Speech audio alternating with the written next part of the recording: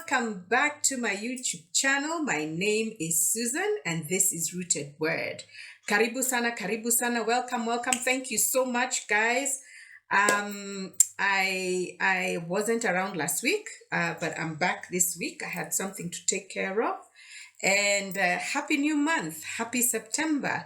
And I'm so excited because this is the last quarter of the year, and we had started on new seasons.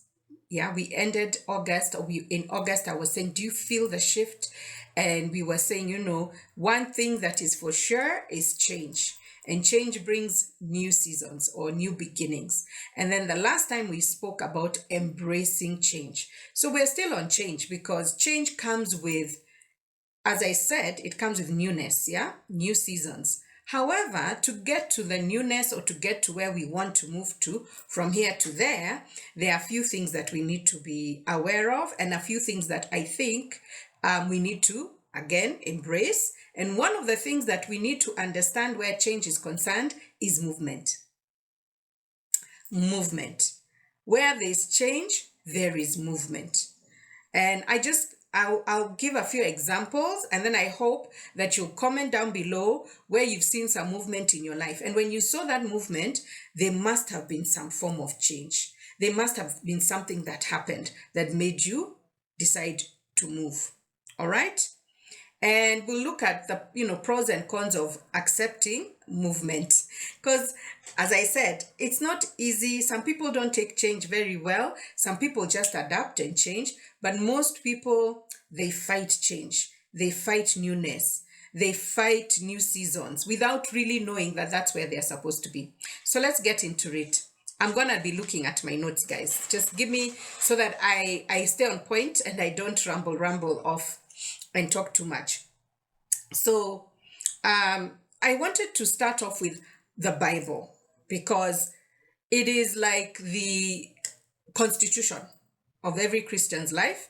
It is what will guide us and what will show us and give us a bit of glimpses into even our own lives, yeah, where we are going and why we are going through what we are going through. So let's start with Adam.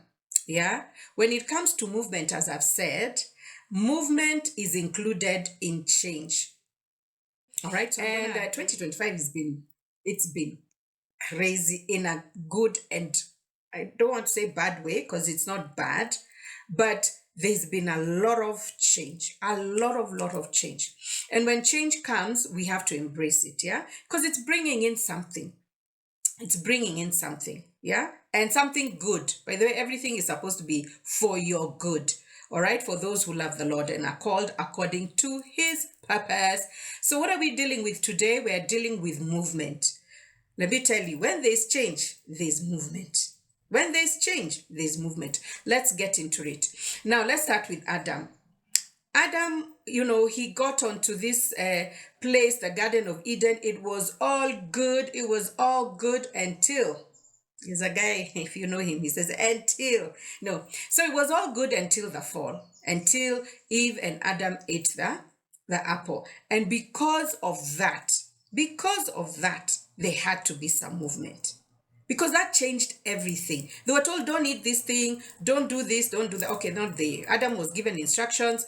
Eve kind of went and talked to the serpent, you know the story. And then she did something. She gave it to her husband. He ate and... things changed immediately.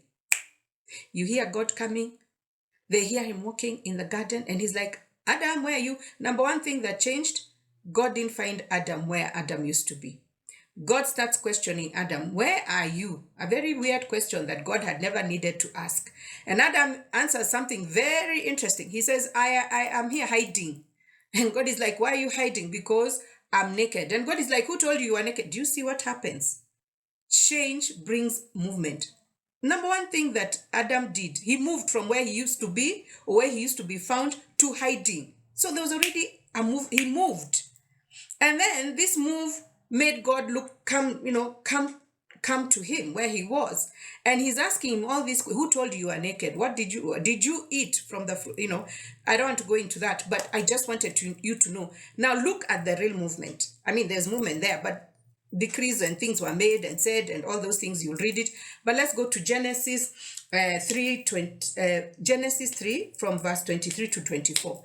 And so now God has to remove Adam from the Garden of Eden. Like, I'll put it somewhere. And God has to remove Adam and Eve, move them from here and move them to another place. Remember where Adam was, everything was already done. But now with the new, he has to move because things have changed. So now he has to toil the soil. He has to eat from the ground. This one has to have childbirth pains. The snake, who I guess was on how many legs, now has to crawl a lot and now move. He's going to be moving that way. And so they are moved from one location into another location. There is movement. Okay? If that's not a good enough example, let me go to Abraham, father of faith. Abraham in Genesis 12 from verse, you can read from verse 1 to 4. God comes and says, I need you to move from your parents' house. And I need you to move from here. You're going to go somewhere. And I love God because he's very clear why he's doing things, yeah? Because things are going to change. But why? Why the movement? Why the movement? Because there was a change coming. What is the change? It is there in those verses. God is telling Abraham, this is who you're going to become. All right? And for you to become those things, guys, for legacy, for fulfillment, for you to become those things, a few things have to change. And for you to change, there's movement. You can't stay in the same place. You can't stay in the same place. Okay, let's go to Jesus. And we find this in Luke 2, verse 1 to 5. And so here is Mary. Okay, thank God Joseph is still with Mary here. He's not kicked out, not done tricks. And then there's a census that is called. So Joseph has to take Mary back to Bethlehem because there's a census. They have to go be recorded. And why? There's a change. Mary is not the Mary she used to be. There, no baby, no, then she's carrying a baby. A new season is coming. Something is coming. There's a shifting. So what happens? As there's this shifting, there's a movement. Sometimes we are given insights. Or even I am given, we are all given insights. I'm also given insight. But sometimes we don't get the insight. But this one I have seen. When there's a shift, when there's something happening, when there's a change, there's a movement. There's a movement. So why? Why is there? Because there's a purpose, a destiny, a legacy, an assignment, a mission God is calling in you to. He's calling you to do that thing or to become that person. All right? So the way you are or the way I am right now is not the way I used to be, obviously. We change. But we change according to now how God, the plans and the purposes of God. And for us to achieve those plans and purposes of God, guess what? There's going to be movement. Either he's going to remove me from my parents' home, or he's going to remove me from my nation to another nation, or he's going to remove me from this job to another job. There's going to be movement. Now, I have to tell you, because I have to think about it, yeah? So movement is when there's change, there's movement. And that's a good sign. If we take the movement, let me tell you, there's a saying, an English saying, I believe it's an English saying, that says, you can take the donkey to the river, but you can't force it to drink. Sindio? Or you can take the cow or the horse to the river but you can't force it to drink. You can force it, by the way, you can physically pull this animal to the stream, but you can't force it to drink. Movement is like that. You have to decide, or you have to agree to move. You have to agree to move. God does certain things to kind of get your attention and make you move. But if you refuse to move, this is what happens. There's delay. There's delay in your purpose, there's delay in your mission, there's delay in your assignment. If you refuse to move, because change has come, there's weariness, tiredness. I don't even know what other word to use for weariness, tiredness. There's also fatness. Ask me, Ask me of if you don't exercise, if you don't move, if you don't, keep up some movement, you're gonna get fat. Leave alone comfortable, you're gonna get fat. And then when you need to move, because you still need to move at the end of the day, it's going to be painful. Ask me. Ask me. Oh. Anyway, if you refuse to move, you stay in your comfort zone, you don't grow. You don't build muscle, you don't build capacity, and you don't grow. You don't grow. Let me tell you, a plant has roots. And those roots, they are here. But they don't just do like that. They grow, they go, they move down there because they are looking for minerals, nutrients, and water, and all those. But anything that, if you refuse to move,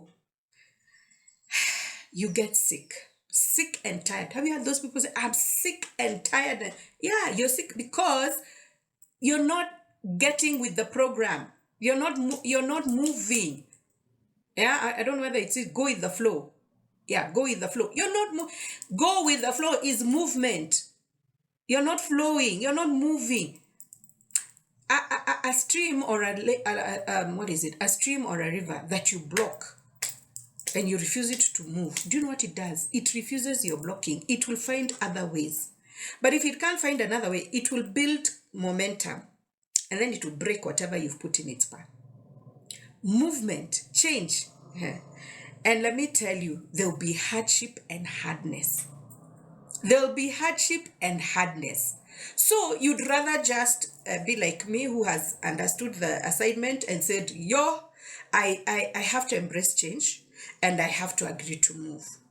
Okay, guys, let's embrace change. Let's agree to move because there are benefits of moving. What are the benefits? You get the promises that are on your life.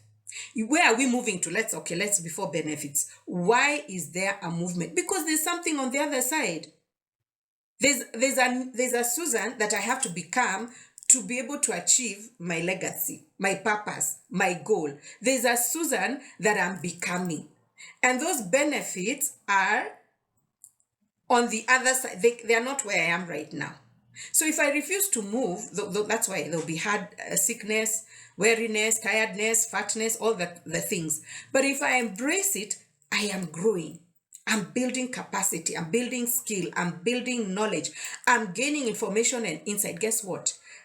I then now become somebody who is resourceful. When you start to move, because you're going in a place most likely you don't know. So you need to learn. You need to get some information. You need to gather some, information.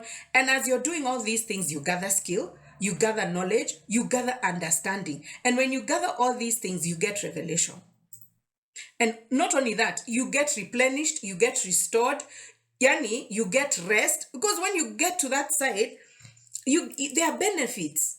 Now you know. Now you don't have to do as much as than before. So then the next time you need to move, because you can't be static, you have such a wealth, an abundance of knowledge, of information. You have a wealth of understanding. You have a wealth of insight. You can even now guide other people. Say, don't go that route. That route, it will take you too long. There's another route you can do 1, 2. You see, now you have knowledge. You're skillful. You're even, your value has gone up. Movement is awesome. You gain so much, and then you're refreshed. You even look good, man. And if you lost anything during this time, guess what you get?